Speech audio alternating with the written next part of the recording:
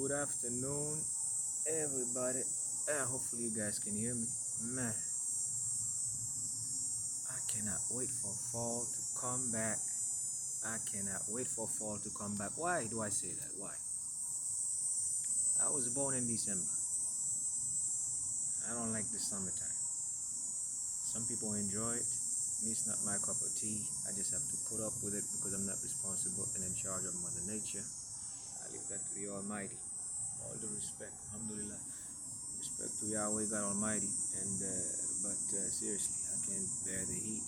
I'm sitting here sweating like Puff Daddy on the stand. I don't understand why Mother Nature have to treat us this way. No impunity, just pure punishment with all that climate change stuff, which I'm not into, bro. But anyway, it is what it is. We're here to talk about football, none of that mess. And I want to look at some result today. Let's look at some result. 1 second here. Some result. Some result. So we're gonna start with the Ligue 1, because I forget Ligue 1 is officially back. And let's look at some results. I did not put any props for Ligue 1 because it can be a bit stressful because the season just started. Let me see here. Let's go to the Bundesliga. And I advise people on my Twitter page. By the way, guys, account verified. Well, I had to do it. It's been a little while. I did my 2 years where I studied the whole landscape, and the big respect to Elon Musk and his team.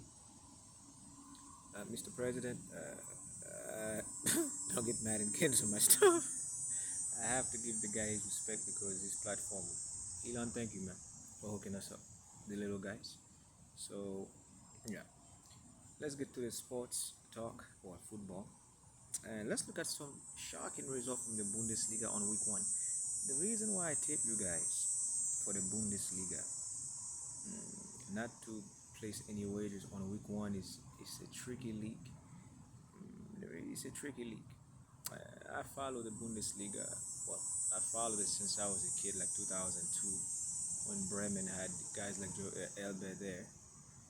What was it? Elbe played for Bayern Munich. There was this guy from Brazil who used to be the leading striker, and I forgot the name. I don't recall.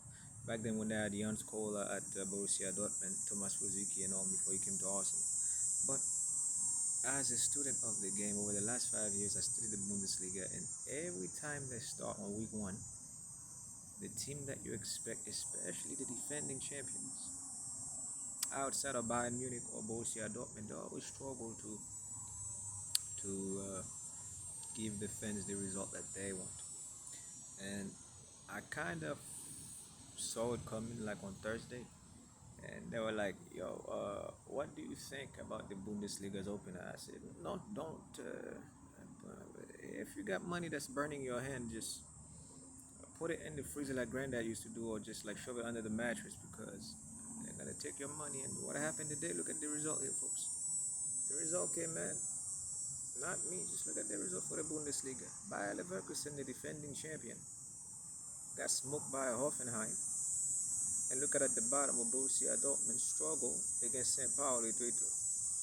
So I did give the advice, and people who took it, and those who did not want to take it are somewhere dieting of their fingernails.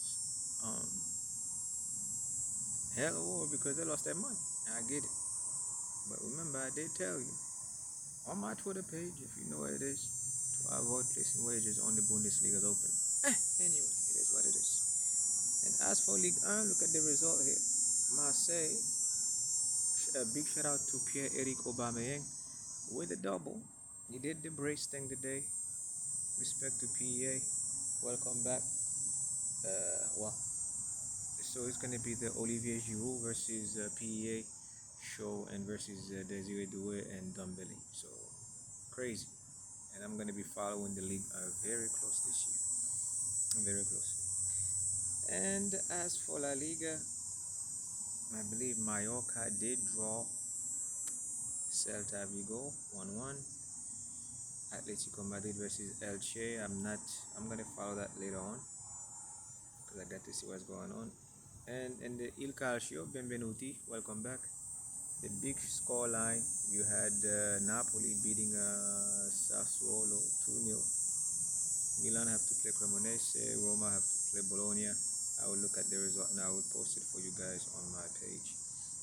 As for the English League, let's get to the main event of this course.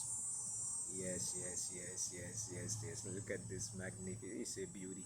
Tottenham beating the living hell out of Manchester City. Pep Guardiola, you are being exposed. They're bottom with no draws. Okay? The recreation time is over. You no longer have Kevin De Bruyne. Nobody's gonna feed Haaland the ball anymore, and it is over. The fiesta you had in England for the last 11 years, Pep Guardiola. I always tell people think that I have some kind of. I told you why I don't like Guardiola is because what he did to Ronaldinho in 2008. But as a manager, I think he's decent. You have good tactics, and he's a good manager when you feed him money. If you notice, this man never took a job beside when he quit Barcelona. He went to Bayern Munich, who spent a lot of money on players, and then he came to Manchester City. So you have not had the time to coach teams like Bruno, who coaches Nottingham Forest, Sir Bobby Robson, rest in peace, who, who coached Barcelona back in the day when we had no money. We had to bring in guys. We had to loan guys like Ronaldo and stuff like that back in the day. You haven't had the experience that I cannot say Zidane because that's a luxury coach. Enrique as well luxury. You haven't had the experiences of a guy like Jose Mourinho. Big respect to the man. And these guys, they coach clubs. One of my favorite managers right now in Italy would be Gianpaolo Gasperini, the guy who used to coach Atalanta, now who's coaching Roma. You have to start with a team that's decent, not a big name, not with an owner who just spent like hell of money on clubs.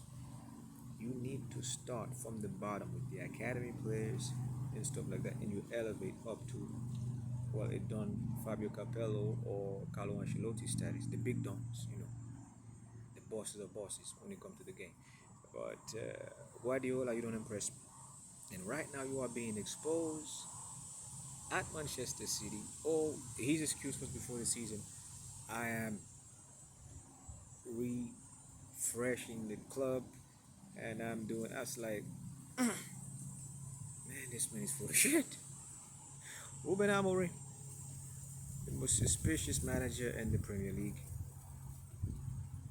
At least this is his first season and a half. He can make excuses, but Guardiola, come on, man. You had no tactics against Tottenham today. Pep Elapio did not have any tactics against Thomas Frank. The same Thomas Frank who was coaching Brentford last year. Come on, man.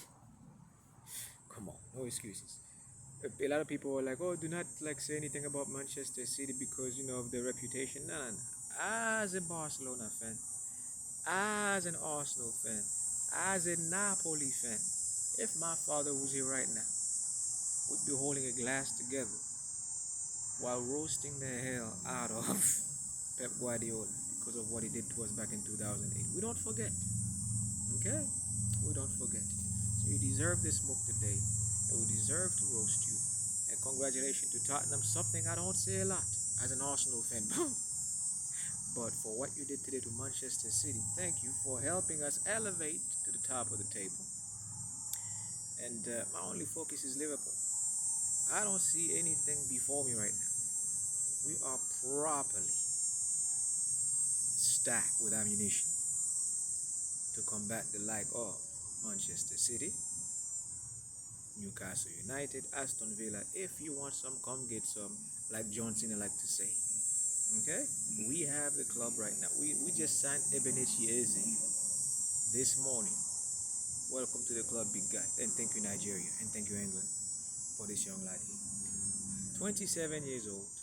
Used to be a gunner. Left the club around 12, 13, 14 years old, if I'm not mistaken.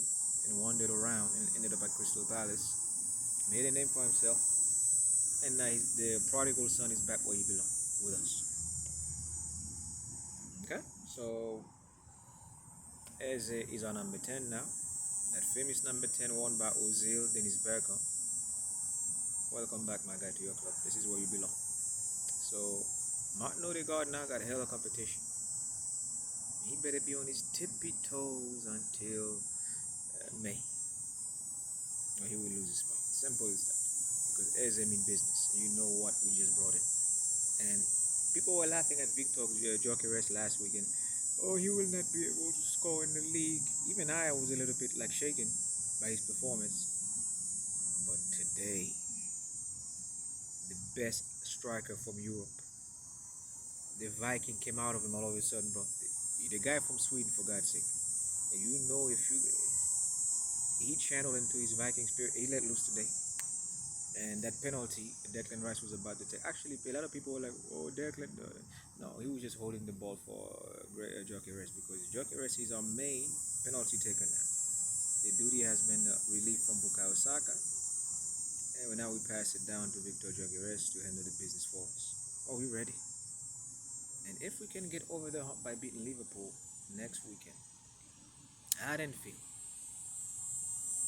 I'll take whatever I can get. 1-0, 2-1. But if we smoke Liverpool, listen carefully to what I'm saying here. If we can smoke Liverpool 2-0 or 3-1, and if the Almighty blesses with a 4-1, like 3-0, I think Arsenal have a good. I'm not saying they're gonna be champion, because Liverpool got ammunition too.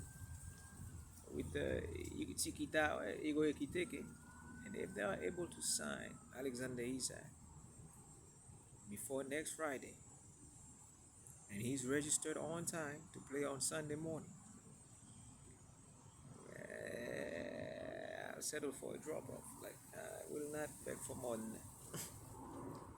So Arsenal beat Leeds United 5-0 at the Emmys, a match that people were expected to be tough.